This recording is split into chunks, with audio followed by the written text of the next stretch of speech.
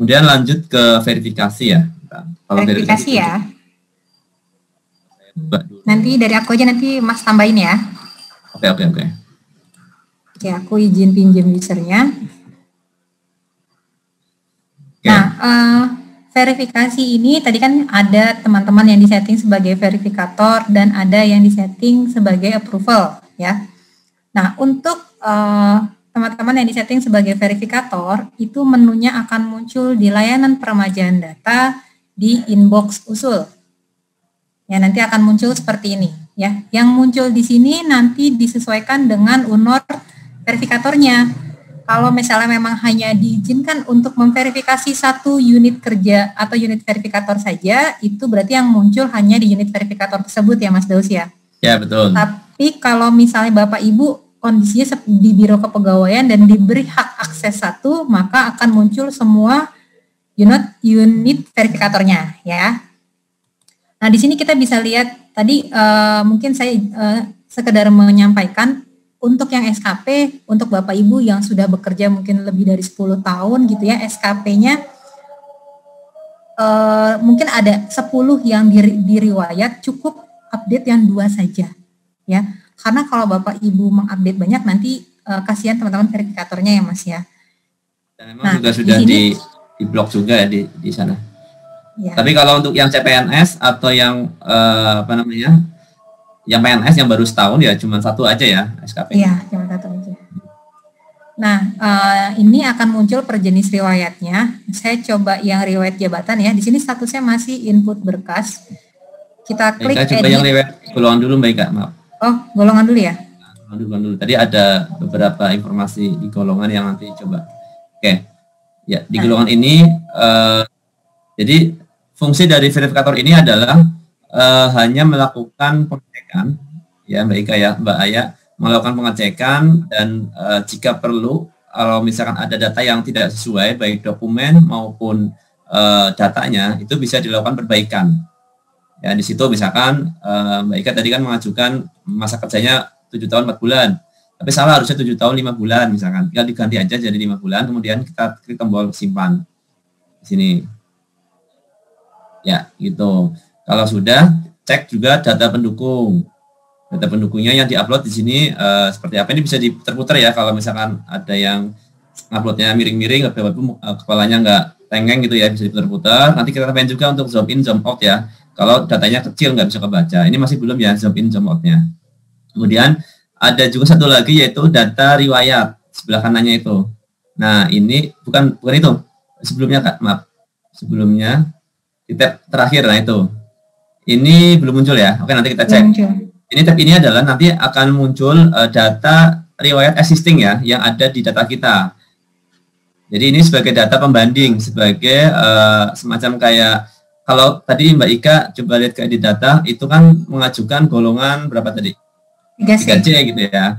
Jadi di data riwayat itu, riwayat data ini nanti akan muncul semua data riwayat kita dari 3C dari misalkan 3A ke 3C gitu ya. Nanti 3C-nya itu juga bisa dicek detailnya gitu. 3C-nya ini ternyata data yang ada ini data aslinya gitu ya, gampangnya. Itu ternyata masa kerjanya itu 7 tahun 4 bulan. Dan di situ di edit datanya itu ternyata yang Mbak Ika ajukan 7 tahun 5 bulan. Jadi ada perbaikan di bulannya itu ya, 5 bulan itu. Oh, berarti ada perbaikan situ. Jadi Bapak Ibu bisa membandingkan data yang existing yang ada di riwayat dengan data pengajuannya gitu. Kalau penambahan, coba ke di data Ika. Kalau penambahan berarti kan nanti di data ini misalkan Mbak Ika datanya 3D misalnya. 3D. Yang diajukan 3D. Ternyata di data riwayatnya itu baru terakhir 3C gitu 3C. ya. Maka ini berarti data penambahan dan Bapak Ibu bisa melakukan cross check kalau memang ada dikhawatirkan gitu ya orang ini memasukkan SK-nya atau apa gitu kan. Ya seperti itulah kira-kira untuk fungsi dari data tab riwayat data. Ini memang kita cek lagi ini harusnya muncul ya. Kemudian dokumen pendukung juga sama. Sebentar, bisa aku ulang lagi dulu sebentar. Ya. Oh, memang belum Mas. Ya, oke, nggak apa. Untuk dokumen pendukung juga sama. Kalau memang dokumen pendukungnya masih ada yang kiranya masih ada yang belum sesuai atau salah upload, bisa dilakukan upload perbaikan dokumen pendukungnya. Seperti itu ya. Ini tugas verifikator seperti itu untuk kita sebut sebagai ini ya input detail. Ini step 3. Jadi Bapak Ibu juga perlu tahu juga nih terkait dengan nanti ke depan kalau Bapak Ibu melakukan penginputan datanya melalui permajaan data di SCSN. Jadi sumber data itu ada dua sementara ini ya, dari MySAPK yaitu inputan dari ASN, kemudian dari operator atau petugas yang memiliki akses ke permajaan data SCSN. Makanya di sini tuh sebenarnya stepnya udah step 3 ya, artinya step 1-2-nya ini udah dilakukan, udah dilalui dan dilakukan oleh PNS-nya langsung gitu. Tapi nanti kalau kita ngomongin permajaan data di SCSN, nanti kita mulai dari awal, dari cari NIP, pilih prosedur dan lain-lain. Nanti akan juga ke input detail atau step 3 namanya kita. Nanti kita akan ada training sendiri ya Pak Ika ya, fintech sendiri untuk permajaan data. Tapi ini sebagai titik temu di sini input detail. Jadi bisa jadi sumber data dari inputan di permajaan data oleh Biro SDM misalkan, ada juga yang masuk melalui MySAPK gitu. Sumbernya ada 2 dan satu lagi nanti kalau sudah ada Simpeknas bisa ada 3 gitu kan sumber datanya. Jadi ini akan ada banyak sumber data nanti nggak cuma dari MySAPK tapi juga dari permajaan data di SCSN maupun dari Simpek atau Simpeknas. Kemudian kalau ini hanya informasi aja ya biar Bapak Ibu paham terkait dengan sumber data.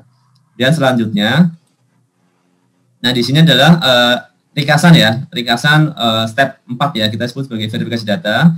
Ringkasan data yang sudah di entry, barangkali dicek kembali ya untuk ringkasannya, kemudian data dukungnya apa, bisa dicek juga di sini SKP-nya bisa dilihat secara detail lagi.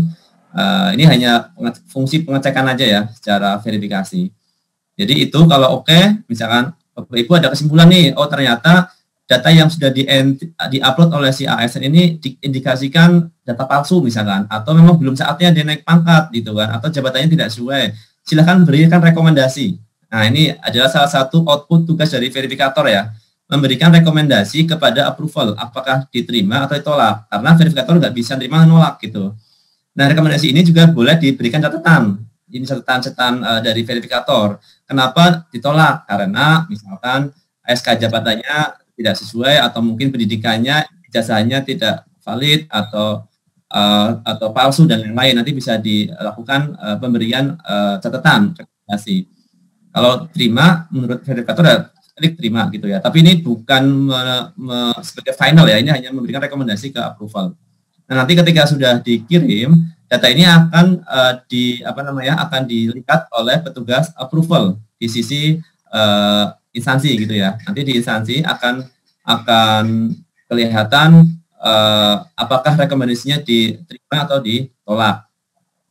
Nah, untuk yang untuk yang tadi untuk yang approval ini adanya nah ini Bapak Ibu mungkin ada yang nanya ya, kok double gitu kan menunya gitu, ada menu permajaan datanya banyak.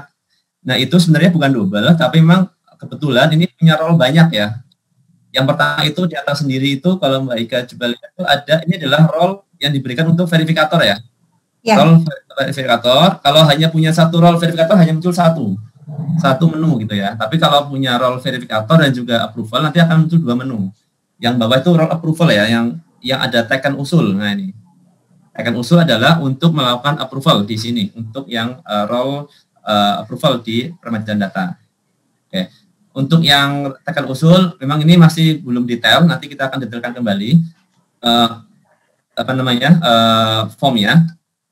Dan nanti kita mungkin akan lebih akan ada feedback lagi ke depan seminggu lagi mungkin untuk membahas lebih dalam terkait approval. Mungkin boleh approval tadi kira-kira nanti jadi golongan. Nanti untuk detail ini akan kita lengkapi lagi. Ini masih belum lengkap ya.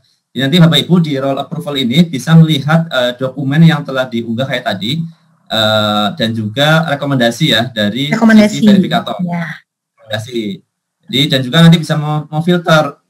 Kalau misalkan yang aku mau approve yang misalkan atau mengecekkan yang tolak aja misalkan bisa kita filter oleh approval. Jadi approval akan terbantu rekomendasi dari sisi verifikator. Jadi tidak ngecek dari awal lagi tapi bisa langsung melihat saran ya atau rekomendasi dari petugas verifikator. Mungkin itu sih poinnya di sisi verifikator. Kemudian di sisi approval nanti dia bisa memberikan putusan akhir gitu ya, apakah ditolak atau diterima. Kalau dari verifikator memberikan rekomendasi diterima, nanti kalau menurut approval ini enggak ini harus ditolak, ya tinggal tolak aja gitu kan. Nah kalau tolak nanti ini bisa lakukan. Misalkan contohnya kalau tolak, ini ada pilihan ya, setuju atau tolak. Nanti kalau tolak bisa dimasukkan juga alasan tolaknya kenapa dan catatannya apa gitu. Catatan tambahan dari tolak. Kalau setuju, nanti bisa ditambahkan atau dimasukkan password kita. Jadi ini sebagai approval itu tidak hanya klik tombol, tapi juga harus memasukkan password kita sendiri. Ya, jangan sampai ada orang atau orang iseng gitu ya, misalkan kita lagi ke toilet, tiba-tiba ada orang pakai laptop kita, habis itu dia langsung masuk. Nah, dia mau approve, nggak bisa, harus ada password yang dimasukkan gitu. Ya, seperti itu. Nanti untuk yang ini kita akan coba bintek lagi karena ini fiturnya belum semuanya selesai untuk yang approval, tapi untuk verifikator tadi juga ada beberapa catatan ya, tadi semacam seperti view view riwayat juga masih ada yang belum muncul tadi ya, nanti kita cek lagi. Nah, itu beberapa hal terkait dari fungsi verifikator dan approval. Nanti untuk buku petunjuk dan lain-lain akan kita sampaikan kemudian. Ya, nanti juga ini untuk yang versi production-nya nunggu dari kami dulu ya, Baba dari kami. Kalau memang sudah kita deploy ke production akan kami informasikan perbaikannya gitu. Nanti mudah-mudahan nggak dalam waktu lama ya, tapi dalam waktu beberapa hari ke depan bisa kita sampaikan apakah untuk verifikasi sudah bisa dilakukan atau belum, seperti itu. Tapi per hari ini kita masih review dulu nanti malam ya Mbak Ika ya, untuk finalisasinya, agar tidak ada kesalahan atau tidak ada setelah diverifikasi ada data yang tidak masuk atau apa gitu. Itu memastikan itu aja sih sebenarnya. Mungkin itu, Mbak Ika, ada tambahan lagi Mbak ya? Mungkin Mbak ya bisa masih pegang loginnya Mas Daus. Ini di sini status sudah berubah nih, jadi berkas terverifikasi ya, berkas disimpan terverifikasi. Kita cek di My SAPK-nya Mas Daus ya. Itu loginnya Mbak Ika tuh yang tadi. Iya, yang yang tadi punya Ika itu. Oh, punya aku ya? Oke. Berarti bisa dilihat di histori pengajuan ya. Nah, ini. Nah, di sini juga sudah muncul nih terverifikasi di instansi ya. Jadi secara real time kalau nanti sudah berjalan proses verifikasinya, para PNS juga sudah bisa melihat nih hasil dari inputannya itu sudah prosesnya sampai mana, terverifikasi kah, belum diverifikasi kah, atau sudah disetujui gitu. Karena ini kan golongan ke BKN ya Mbak ya, jadi dia terverifikasi di instansi. Kalau misalnya kayak yang selain golongan pendidikan sama PMK, dia nanti kalau sudah di approval statusnya approval di instansi. Ya. Kalau golongan nanti ada approval di instansi, ada approval di BKN. Ya, seperti itu. Jadi stepnya masih ke step BKN. Jadi minggu depan kita akan coba bintek lagi untuk petugas approval ya. Jadi mungkin ini aja kita bertahap ya untuk fiturnya, baru yang verifikasi dulu minggu ini, nanti minggu depan kita akan bintek lagi untuk yang approval. Sebenarnya nggak sulit ya, tadi hanya itu aja, hanya beberapa view aja yang nanti akan kita sempurnakan ya, biar lebih informatif pelaksanaannya, implementasi untuk para petugas approval maupun verifikator. Jika telah di-approve dari approval, nanti kalau untuk kayak riwayat jabatan atau yang kemenangan instansi itu bisa langsung kelihatan ya di My SAPK. Seperti itu. Mungkin itu untuk terkait dengan verifikasi. Nanti juga informasi juga terkait dengan aplikasi My SAPK Android juga sedang ongoing ya, mudah-mudahan dalam waktu dekat juga bisa rilis versi Android-nya. Nanti kalau versi Android sudah rilis, nanti bisa enak tuh mendapatkan push notification ya dari My SAPK dari Android gitu. Jadi ada muncul push-nya. Jadi akan kelihatan nanti kalau yang sudah terverifikasi bisa kita dapatkan informasi notifnya dari Android gitu. Tapi ini masih kita checking akhir ya, finishing untuk bisa rilis ke Play Store.